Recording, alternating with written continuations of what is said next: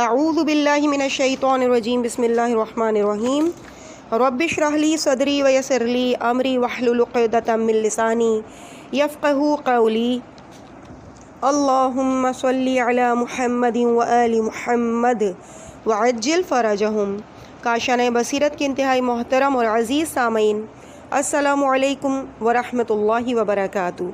میں آپ کی ریڈر آپ کی خدمت میں کتاب جنت کی ریڈنگ کے پارٹ نمبر 8 کے ساتھ حاضر ہوں۔ یہ کتاب جو کہ آیت اللہ دستغیب شیرازی کی تقاریر کا مجموعہ ہے اور اس کا ترجمہ مولانا ریاض حسین جعفری صاحب نے کیا ہے۔ ہم صفحہ نمبر 125 تک پہنچ چکے ہیں۔ بسم اللہ الرحمن الرحیم۔ وَأَصْحَابُ الْمَشْأَمَةِ مَا أَصْحَابُ الْمَشْأَمَةِ وَالسَّابِقُونَ السَّابِقُونَ اولئک المقربون۔ ترجمہ: اور بائیں ہاتھ والے کیا برا نصیب بائیں ہاتھ والوں کا، وہ آگے بڑھنے والے ہی سب سے آگے ہوں گے، وہی اللہ تعالیٰ کے مقرب ہوں گے۔ ہیڈنگ: دوزخی لوگوں کی تعداد۔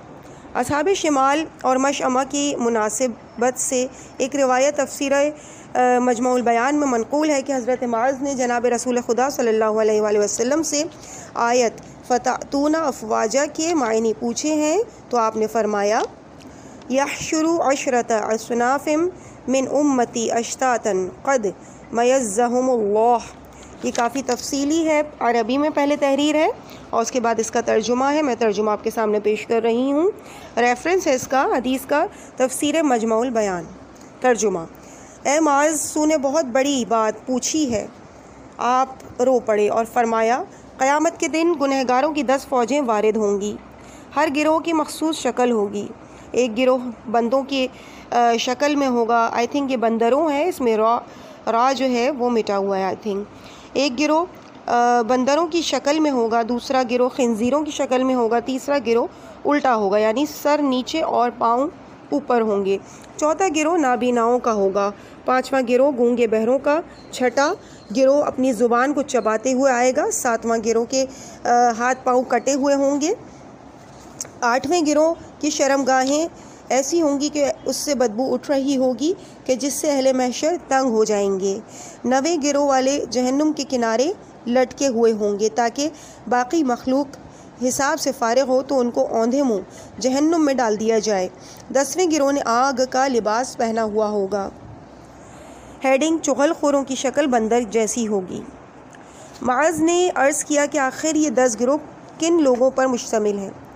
آپ نے فرمایا پہلا گروہ چغل خور بندروں کی شکل کا ہوگا۔ یہ بندروں کی طرح اس طرف سے اس طرف بھاگتے جائیں گے کیونکہ یہ لوگ ادھر سے ادھر چھلانگیں لگاتے اور ادھر کی بات ادھر کرتے ہیں اور لوگوں کو آپس میں لڑاتے نیز نفاق پیدا کراتے ہیں۔ یہ روز قیامت بندر کی شکل میں آئیں گے۔ دوسرا گروہ حرام خوروں کا ہے جو دین اور انصاف سے دور ہو گئے تھے، جیسے اور جہاں سے ملا کھا لیتے تھے۔ یہ نجاست خور تھے اور خنزیر بھی نجاست خور ہوتا ہے، جہاں سے نجاست ملے کھا جاتا ہے۔ یہ شخص خنزیر کسی خصلت رکھتا ہے، محشر کے دن اسی کی شکل میں اٹھایا جائے گا۔ ہیڈنگ: سود کھانے والے قیامت میں سرنگوں ہوں گے۔ تیسرا گروہ وہ ہوگا جو سرنگوں آئیں گے۔ دنیا میں انہوں نے جو روش اختیار کی وہ خدا کے معین کردہ طریقے کے خلاف تھی۔ انسان طبعی حالت میں تو 2 ٹانگوں پر چلتا ہے، لیکن چونکہ ان کا باطن ظاہر کے خلاف تھا لہٰذا اب ان کا ظاہر بھی الٹا ہو جائے گا۔ معاشرت اور معاملات میں مادی تھے، کسی پر ایک پائی کا سود بھی نہیں چھوڑتے تھے۔ عقل کہتی ہے کہ مال ضرورت کے پورا کرنے کے لیے ہے، نہ کہ خود مطلوب بالذات۔ اگر رقم اضافی ہے تو دوست کو قرض دو، براہ انسانیت اور دوستی کا تقاضا تو یہی ہے۔ سود کے بارے میں رسول پاک صلی اللہ علیہ وآلہ وسلم فرماتے ہیں سود لینے اور دینے نیز لکھنے والے اور گواہ اور دلال پر خدا نے لعنت کی ہے۔ اس کی تفصیل گناہ کبیرہ میں ملاحظہ فرمائیے۔ روز محشر سود خور کی شکل قرآن نے مرگی والے کی طرح یا جن زدہ کی طرح بیان فرمائی ہے۔ سورہ نمبر 2 آیت نمبر 275۔ اور سود خوری خدا سے اعلان جنگ ہے۔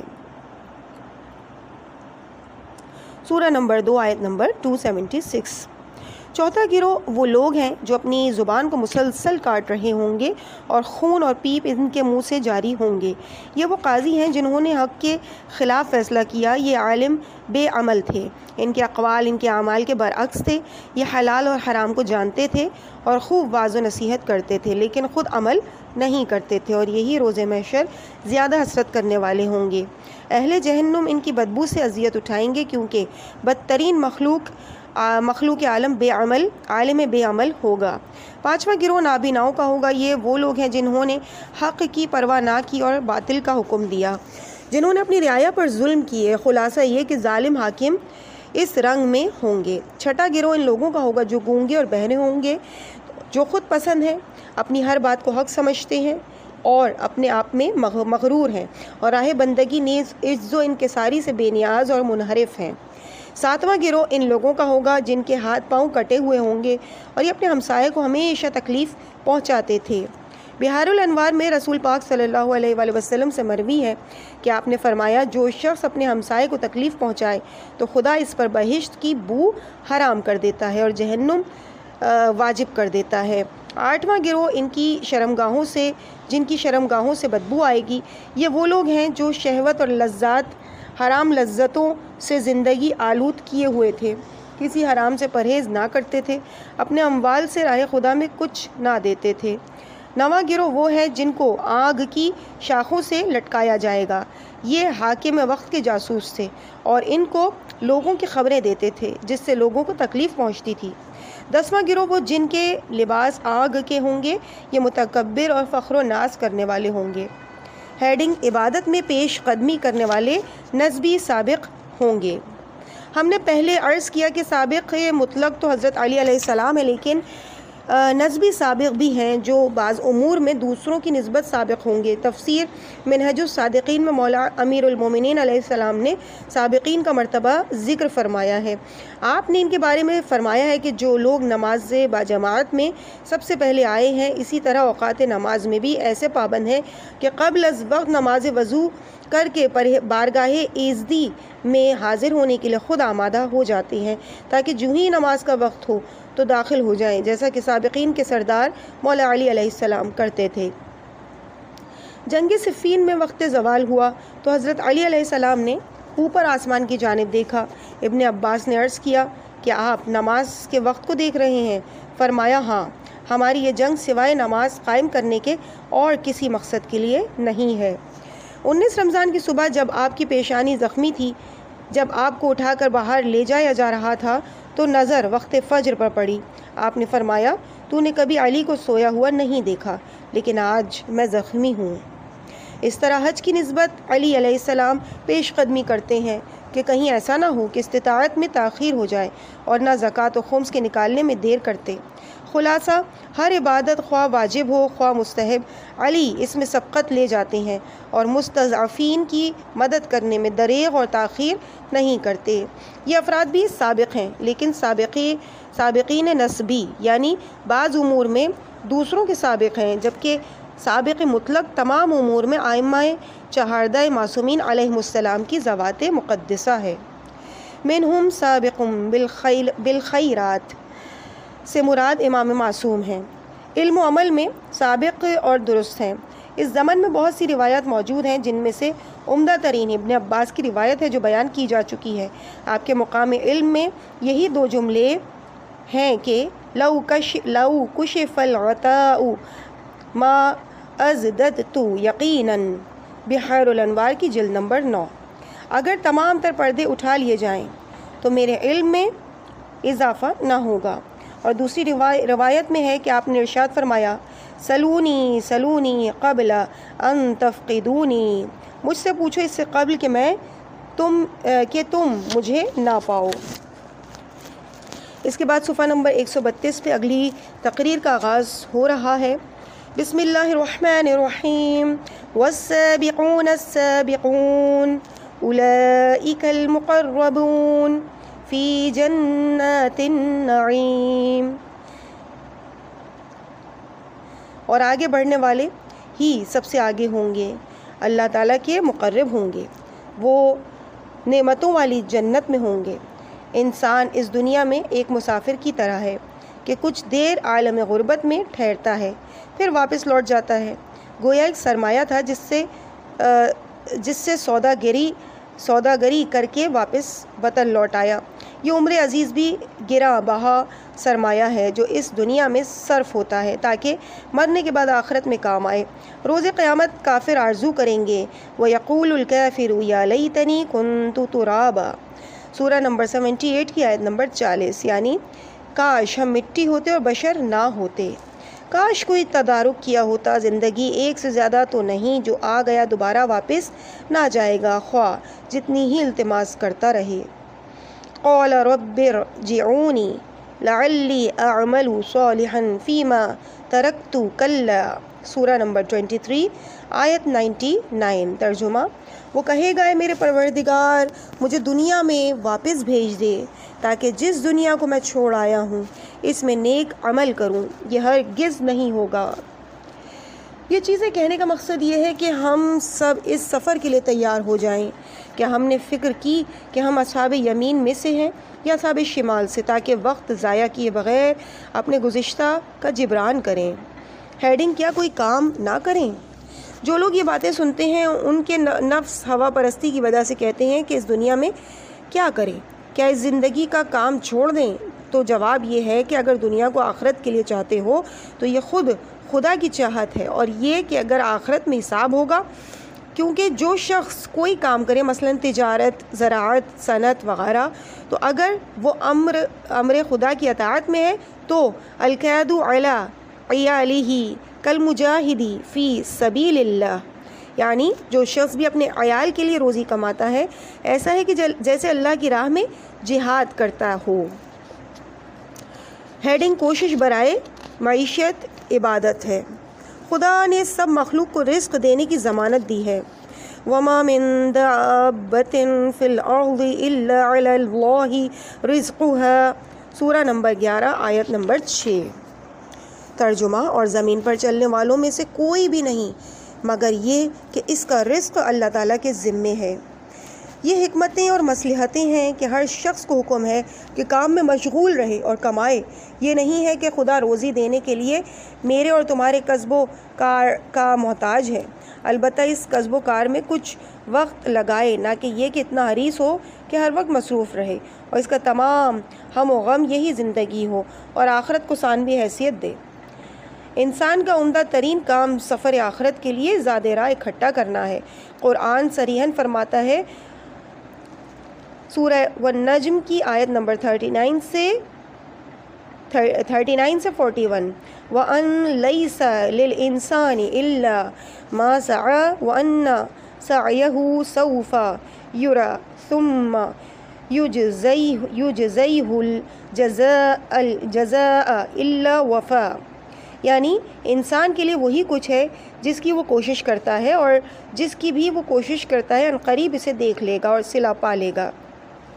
اگلی ہیڈنگ ہے مومن کا دوست ہے۔ جیسا کہ ہم پہلے ذکر کر چکے ہیں کہ لوگ تین قسم کے ہیں۔ ایک وہ گروہ کہ جس کا دین ان کے رگ و پے اور گوشت و پوست میں راسخ ہے، ان کو یقین ہے کہ ہم دوسرے عالم کے لیے آئے ہیں، خدا اور آخرت سے کبھی غفلت نہیں کرتے، اٹھتے بیٹھتے سوتے جاگتے ہر وقت یاد خدا میں ہوتے ہیں، یہ سابقین سے ہیں۔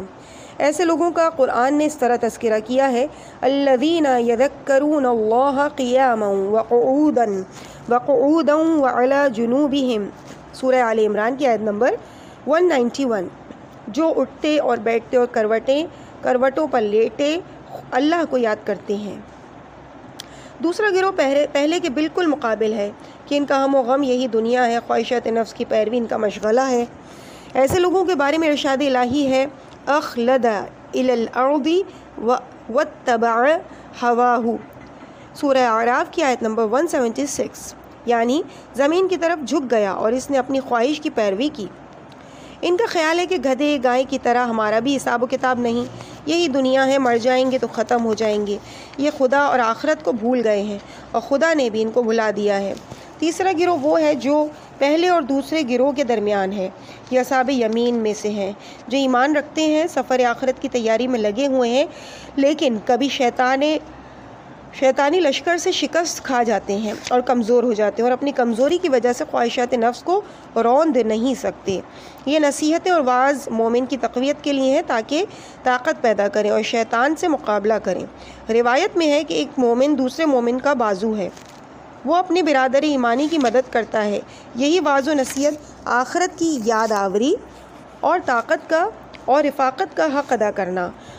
اصلاً قرآن کی تعبیر میں حق کی سفارش اور اطاعت میں بردباری کرنے والے مومن کا وظیفہ اور نقصان سے بچنے کا راستہ ہے۔ مثلاً مومن کو دوست ملتا ہے تو اس کو یہ نصیحت کرتا ہے کہ آج کل راتیں لمبی ہیں، 2-3 گھنٹے رات کو سفر آخرت کے لیے کوئی سرمایہ اکٹھا کر لیا کرو۔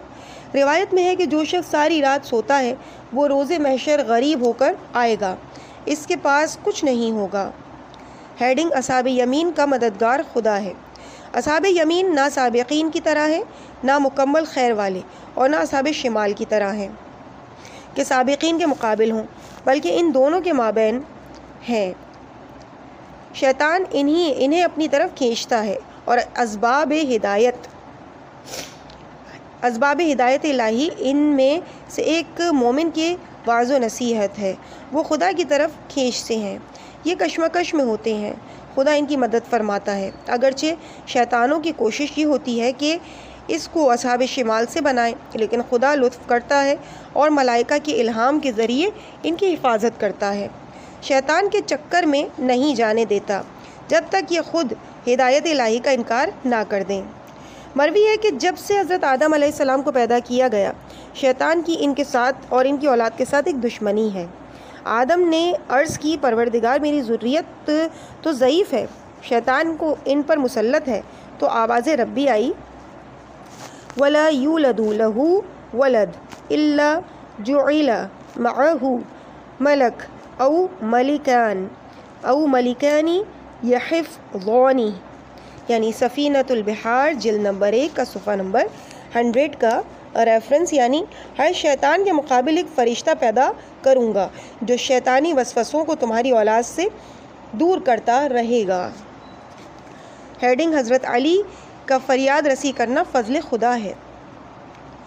روز قیامت جب اعمال تولے جا رہے ہوں گے تو اصحاب یمین بہت پریشان ہوں گے، خصوصاً اپنے مظالم اور حقوق الناس کی تلفی کی وجہ سے، تو خدا اپنی رحمت کے اسباب تیار کرے گا اور رحمت خدا سے خوشی کا باعث ہوں گے۔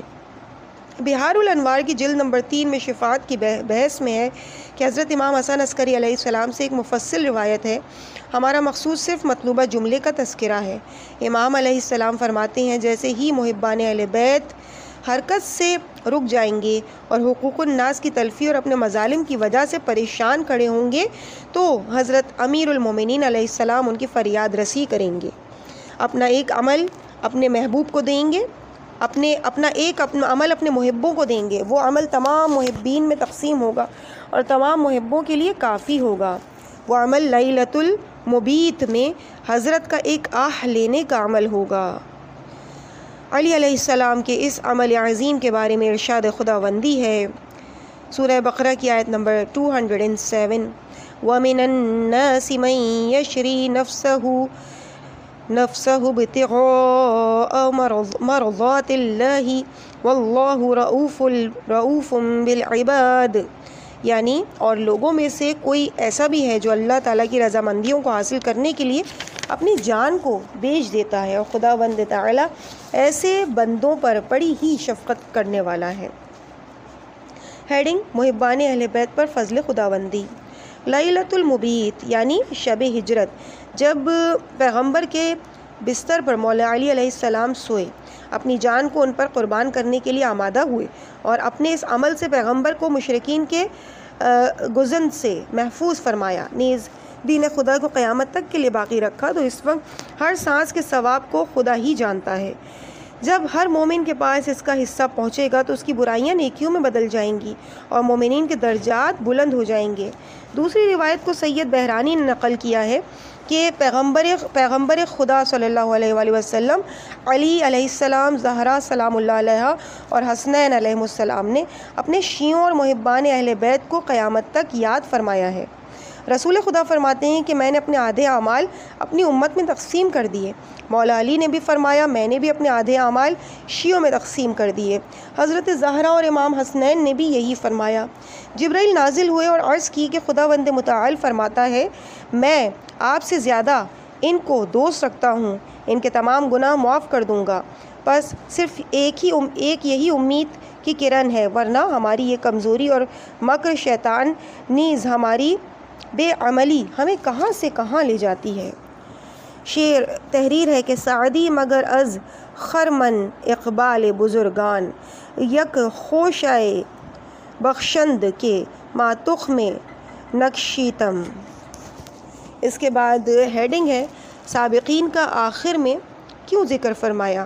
سابقین کا اصحاب یمین اور شمال کے بعد ذکر اس لیے فرمایا کہ خدا چاہتا ہے کہ پہلے ان کے وصف بیان ہو جائیں، لہٰذا پہلے دوسرے گروہوں کا ذکر کیا، پھر سابقوں کا ذکر کیا۔ اس کی ایک تفسیر یہ ہے کہ سابقین وہ لوگ ہیں کہ جو توبہ میں سبقت کرنے والے ہیں، مقرب خدا ہیں اور دوسروں سے پہلے جنت میں جائیں گے۔ السابقون الی الخیرات، السابقون الی التوبہ۔ اسی طرح اپنے کاموں کو سستی سے انجام دینے والے لوگ آخرت میں پیچھے رہ جائیں گے، یعنی کئی لوگ پل صراط سے گزرتے 1000 سال لگا دیں گے۔ اللہ اکبر۔ اس کے بعد اگلی تقریر کا آغاز ہو رہا ہے، پیج نمبر 140۔ بسم اللہ الرحمن الرحیم۔ والسابقون السابقون أولئك المقربون في جنات النعيم ثلة من الأولين وقليل من الآخرين على سرر موضونة متكئين عليها متقابلين۔ اور آگے بڑھنے والے ہی سب سے آگے ہوں گے، وہی اللہ تعالیٰ کے مقرب ہوں گے، وہی نعمتوں والی جنت میں ہوں گے۔ پہلوں میں سے ایک انبوہ کثیر ہوگا اور پچھلوں میں تھوڑے سے، وہ سونے کے تاروں سے بنے ہوئے جڑواں تختوں پر ہوں گے، ان پر بیٹھے آمنے سامنے تکیہ لگانے والے ہوں گے۔ ہیڈنگ مقرب خدا ہونا بہترین تعریف ہے۔ یہاں خدا نے ان 3 گروہوں کے وصف اور تشریح بیان فرمائے ہیں۔ پہلے سابقین کی صفت کا ذکر کیا ہے، اسی کی وجہ سے ان کا نام آخر میں لایا گیا، تاکہ تینوں گروہوں کے ناموں کی لسٹ پوری ہونے کے بعد سابقین کی شرح بیان کی جائے، پھر اصحاب یمین اور پھر اصحاب شمال۔ اولئک المقربون، یہ رب العالمین کے مقرب ہیں۔ سابقین کی عظمت و شان کے حوالے سے اس سے بہتر تعبیر کوئی نہیں ہو سکتی۔ مقرب درگاہ رب ہونا بہت بڑی منزلت ہے۔ عام دنیا میں ایک مثال ہے کہ فلاں شخص اور بادشاہ کا بڑا مقرب ہے، اس کو بہت بڑی فضیلت اور مقام سمجھا جاتا ہے، اور یہی مطلب قرب حقیقی یعنی رب العالمین کے بارے میں واقعیت پیدا کر لیتا ہے، یعنی حقیقی عظمت مقربین خدا کے لیے ہے۔ ہیڈنگ قرب معنوی ہے نہ کہ مادی۔ یہ بات روز روشن کی طرح واضح ہے کہ خداوند عالم مادے سے منزہ و مبرہ ہے، وہ زمان و مکان نہیں رکھتا بلکہ تمام چیزوں کا خالق ہے اور ان کو محیط ہے۔ گویا یہاں قرب معنوی مراد ہے نہ کہ قرب مادی و ظاہری۔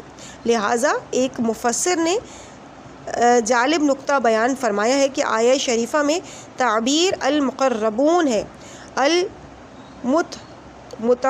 متقربون نہیں ہے، مقربون ہے، متقربون نہیں۔ ان کا قرب فعل خدا ہے، ان کا ذاتی فعل نہیں، یعنی یہ وہ مقام ہے جو انہیں عطا کیا گیا ہے۔ ہیڈنگ اور خدا کے ساتھ گفتگو۔ یہ وہ مقام ہے جس کو بیان نہیں کیا جا سکتا، صرف ایک روایت جو بحار الانوار کی جلد سوم میں ہے، ہم اس کو بیان کرنے پر ہی اکتفا کرتے ہیں۔ مقربین جب جنت میں سکون پذیر ہوں گے تو ہفتے میں ایک بار انہیں قرب کے مقام کی دعوت ہوگی، یہ خدا سے گفتگو کی دعوت ہوگی۔ خدا ان سے بغیر کسی واسطے کے کلام فرمائے گا تو ان میں اتنا نور آ جائے گا کہ جب واپس لوٹیں گے تو بہشتی خود بخود سمجھ جائیں گے کہ یہ سابقین آ رہے ہیں۔ جب وہ حوروں کے پاس آئیں گے تو وہ پوچھیں گی کہ یہ تازہ نور کہاں سے لائے ہو؟ تو وہ کہیں گے کہ ہم رب العالمین سے کلام کرنے سے یہ نور ملا ہے۔ ہیڈنگ قرب کے علاوہ جنتی نعمات۔ فی جنات النعیم بہشت میں نعمتوں سے مستفید ہیں۔ مفسرین نے فرمایا کہ وہاں صرف قرب پروردگار کی روحانی نعمت ہی نہیں بلکہ کئی نعمتیں اور لذتیں اور بھی ہیں جو اس آیت میں مذکور ہیں۔ جنتی لوگ حوروں، بہشتی کھانوں، نغموں سے فائدہ اٹھائیں گے جس طرح وہ قرب رب العالمین کی روحانی نعمت سے منور ہوں گے۔ روایت میں ہے کہ پیغمبر اکرم صلی اللہ علیہ وآلہ وسلم نے ارشاد فرمایا، بہشتی طعام میں 1000 ذائقہ ہوں گے جن سے ہر جنتی لطف اندوز ہوگا۔ پہلے لوگوں میں سابقین زیادہ ہیں۔ ہیڈنگ ہے پہلے لوگوں میں سابقین زیادہ ہیں۔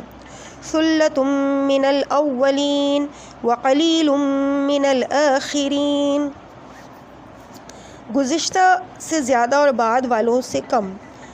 ثلثہ یعنی کثیر گروہ اور اولین سے مراد سابقہ امتیں ہیں۔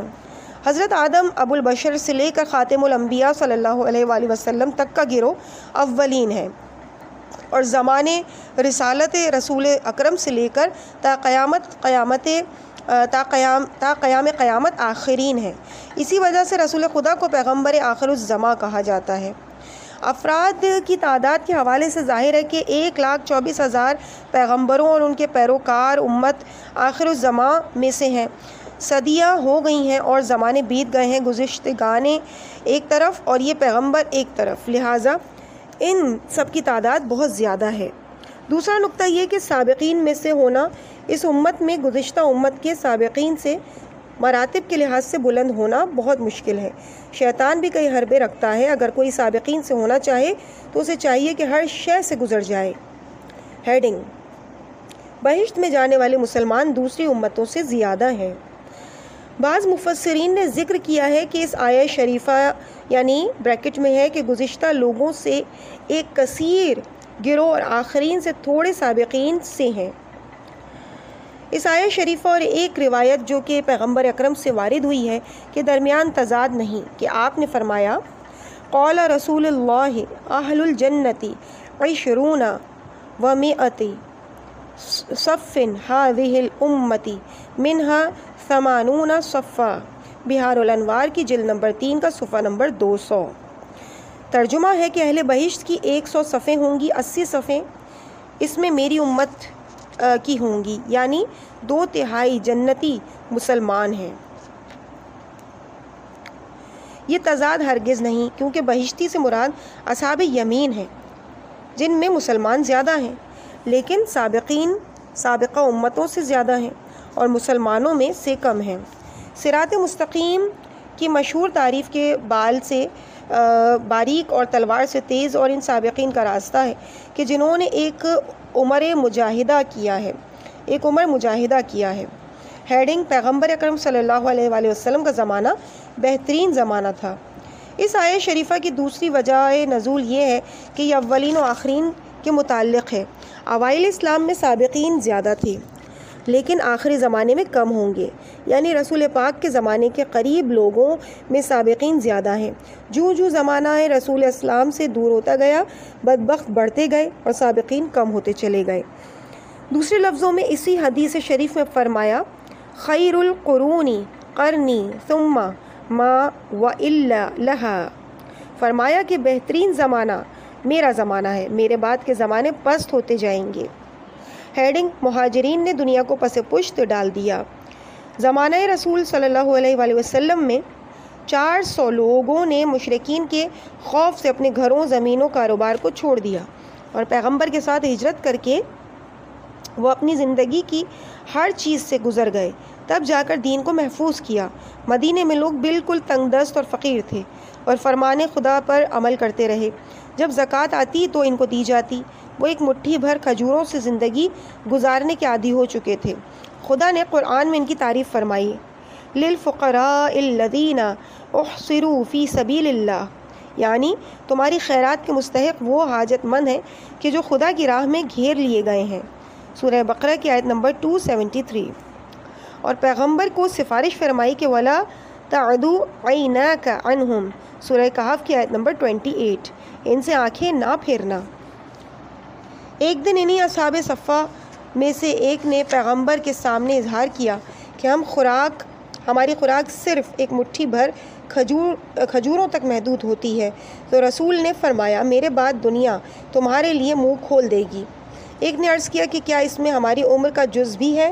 تو فرمایا یہ بہتر زمانہ ہے، میں اس سے ڈرتا ہوں کہ وہ زمانہ آ جائے کہ تمہاری طرف جھک جائے، کہ دنیا تمہاری طرف جھک جائے۔ پھر اسی طرح ہوا کہ پیغمبر کے بعد کتنے فساد ہوئے اور امتحان پاس نہ ہوئے۔ رحلت سے پہلے رسول خدا بقی آئے اور اہل قبور کو سلام کہا، پھر فرمایا تم خوشحال ہو کہ اچھے وقت میں دنیا سے چلے گئے، کیونکہ اب کتنے ہی فتنے فساد مسلمانوں کی طرف کالے بادلوں کی طرح آ رہے ہیں۔ ہیڈنگ ہے کہ ہمارا زمانہ سب سے بدتر ہے۔ ملا یحذر الفقی میں ایک روایت ہے کہ وفی الفقیہ عن امیر المومنین یظہر فی آخر الزمان، یعنی اور اس قول میں جس میں کہ حضرت امیر المومنین نے آخری زمانے جو امام مہدی علیہ السلام سے پہلے ہوگا کا ذکر کرتے ہوئے عورتوں کے متعلق ایک جملہ فرمایا، کاشفات عاریات، یعنی لباس میں ہونے کے باوجود وہ برہنہ اور ننگی محسوس ہوں گی۔ اس جملے پر پہنچ کے فرماتے ہیں وَهُوَ شَرُّ الْأَزْمِنَةِ، وَهُوَ شَرُّ الْأَزْمِنَةِ، کہ وہ بدترین زمانہ ہوگا۔ بس آج ہم دیکھ رہے ہیں کہ وہی حالات اور وہی زمانہ ہے۔ اسلام کا صرف نام باقی ہے، لا یبقى من الاسلام الا اسمہ۔ لوگ آخرت سے غافل ہیں اور اس کے لیے آمادہ نہیں کہ اسلام کی آواز سنیں، کیونکہ ان کے نزدیک دنیا اہم ہے۔ اگلی ہیڈنگ ہے مومن کو جنت میں راحت و سکون ہوگا۔ علی سرور موضونہ متکئین علیہا متقابلین۔ سرر سریر کی جمع معنی تخت کے ہے، موزونہ کا معنی زرباف ہے، یعنی ان تختوں پر بیٹھے ہوں گے کہ جو سونے اور جواہرات سے آراستہ ہوں گے۔ وہ ایک دوسرے کے سامنے تکیہ لگائے ہوئے ہوں گے۔ تکیہ اور راحت مومنین کو جنت میں ملیں گے۔ وہ سابقین ہیں جو دنیا کو محل قیام اور آرام قرار نہیں دیتے، جبکہ اہل جہنم کو دنیا کو آرام گاہ شمار کرتے ہیں، حالانکہ دنیا آرام کی جگہ نہیں ہے بلکہ کام کرنے کی جگہ ہے۔ لا راحت للمؤمن الا عند لقاء اللہ، یعنی مومن کو آرام سوائے رحمت خدا کے سے ملاقات کے ناممکن ہے۔ مومن کے لیے سونے سے آراستہ بہشتی تخت جن کا طول 60 ہاتھ اور عرض 40 ہاتھ کے ہوں گے، اور وہ جواہرات اور مروارید یا یاقوت اور مرجان سے آراستہ ہوں گے، جن کا ایک دانہ بھی کسی حکومت میں نہ ملے گا۔ میں نے عرض کیا ہے کہ متقین یعنی تکیہ لگانے والے، اشارہ با استراحت و رضائے مومنین، سابقین اس دنیا میں سوائے زحمت اور مجاہدے کے اور کچھ نہ رکھتے تھے، ہمیشہ نفس سے جنگ کرتے رہے اور مجاہدہ ترک حرام اور ادائے واجب، ترک غفلت اور یاد خدا میں رہے۔ ان کے اعضاء و جوارح ان کے کنٹرول میں تھے۔ وہ آنکھ، کان اور زبان کو احتیاط سے استعمال کرتے تھے، بلکہ مباحات سے بھی پرہیز کرتے تھے تاکہ آخرت کے سفر کا سرمایہ کہیں تھوڑا نہ ہو جائے۔ بہتر ہے کہ اس مطلب کی وضاحت اس حدیث کے ذریعے سے ہو جائے۔ جب ابلیس حضرت یحییٰ علیہ السلام کے سامنے ظاہر ہوا تو اس کی لباس اور شکلیں مختلف تھیں۔ حضرت یحییٰ علیہ السلام نے اس سے پوچھا یہ مختلف شکلیں اور کئی لباس کیوں بدل رہے ہو؟ اس نے کہا یہ میرے شکار کے آلات ہیں، ہر شخص کو اس کے حساب سے میں اپنے جال ملاتا ہوں۔ حضرت یحییٰ نے پوچھا تو نے میرے لیے بھی کوئی منصوبہ بنایا ہے؟ تو اس نے کہا حضرت یحییٰ علیہ السلام کو 4 سال سے خدا نے حکمت دی ہوئی ہے، ہاں جو رات کو کھاتے ہو وہ تمہارے سامنے کروں گا کہ اس میں سے ایک لقمہ اضافہ کر دو تاکہ سحر کو ذرا دیر سے عبادت کے لیے اٹھو۔ یہ ایک مباح عمل ہے جو عبادت کی راہ میں رکاوٹ ہے، اگرچہ مختصر سا ہے۔ حضرت یحییٰ نے عہد کر لیا کہ جب تک زندہ رہوں گا رات کو سیر ہو کر کھانا نہ کھاؤں گا، اور شیطان نے بھی عہد کر لیا کہ آج کے بعد بنی آدم کو اپنا راز نہیں بتاؤں گا۔ بہرحال مومن کامل یعنی سابقین کے لیے دنیا میں زحمت اور مشکل ہی مشکل ہے۔ راحت و سکون تب ہوگا جب وہ جنت میں اپنے تختوں پر گاؤ تکیے لگا کر بیٹھے ہوئے ہوں گے۔ بہار الانوار کی تیسری جلد میں روایت ہے کہ جب مومن کے بدن میت کو غسل کے لیے رکھا جاتا ہے تو مومن کی روح بدن کے اوپر مستقر ہوتی ہے۔ فرشتہ اس کی روح سے کہتا ہے، کیا اس بدن میں دوبارہ سرایت کرنے کا شوق ہے؟ روح کہتی ہے، نہیں، میں نے اس کی قید سے ابھی بمشکل خلاصی حاصل کی ہے۔ پھر پوری عمر زحمت، تلخی اور مشکل سے گزاری، ایک عمر سو نہیں سکی اور عبادت کی وجہ سے رات بھر جاگ کر گزاری۔ ہیڈنگ: مومنین کی آپس میں محبت کی لذت۔ متقابلین سے مراد یہ ہے کہ مومنین ایک دوسرے کے آمنے سامنے ہوں گے۔ یہ بہشت کی نعمتوں میں سے ہے کہ سابقین مومنین ایک دوسرے کے پاس پہنچیں گے اور باتیں کرنے میں لذت محسوس کریں گے۔ انوار الہی جب ایک مومن میں ظاہر ہوں گے تو اس کا دوست اس سے فائدہ اٹھا لے گا۔ بہشت میں کسی قسم کا کینہ حسد نہیں ہوگا۔ تمام کے تمام مومن ایک دوسرے کے واقعی بھائی ہوں گے۔ وہ نہ صرف حسد کریں گے بلکہ ایک دوسرے سے اور زیادہ خوش ہوں گے۔ ان کے برعکس جہنم میں ان لوگوں کے لیے دوسرے عذابوں کے علاوہ ایک قسم کا روحانی عذاب بھی ہے کہ جہنمی ایک دوسرے کے ساتھ ہوں گے۔ ہر شخص اپنے ساتھی سے جو اس کی زنجیر میں بندھا ہوا ہوگا تنگ ہوگا۔ ایک روایت کے مطابق شیطان خود بھی ایک زنجیر میں ہے اور اپنے ساتھی کی زبان کے طعنوں اور گالیوں کا شکار ہے۔ ہیڈنگ: اہل بیت علیہ السلام کے پڑوس کی نعمت۔ بہشت میں 3 نعمتیں ہیں جو خود بہشت سے بہت زیادہ بلند ہیں۔ نمبر 1، خلود یعنی ہمیشہ جنت میں ہونا۔ نمبر 2، نعمت رضوان یعنی خوشنودی خدا جنتیوں سے راضی ہوگا، یہ بھی روحانی نعمت ہے۔ نمبر 3، مجاورت با اہل بیت علیہ السلام، حضرات محمد و آل محمد علیہ السلام کے پڑوسی ان کے انوار سے فائدہ حاصل کریں گے۔ اگرچہ ہم اس لائق نہیں کہ اپنے قلیل عمل اور گناہوں کے بوجھ سے اس مقام پر پہنچ سکیں، لیکن خدا کی رحمت اور ہمارے سرداروں کا لطف و کرم بہت وسیع ہے کہ ہماری نالائقی کو بھی محیط ہے۔ عزیز سامعین، اس مقام پہ ہم ریڈنگ کے اس پارٹ کو یہیں پہ روکتے ہیں۔ انشاءاللہ اس سے آگے کی تقاریر اور آگے کی ریڈنگ آپ کے سامنے اگلے پارٹ میں پیش کی جائے گی۔ صفحہ ہوگا 150۔ مجھے اپنی دعاؤں میں یاد رکھیے گا۔ والسلام علیکم ورحمۃ اللہ وبرکاتہ۔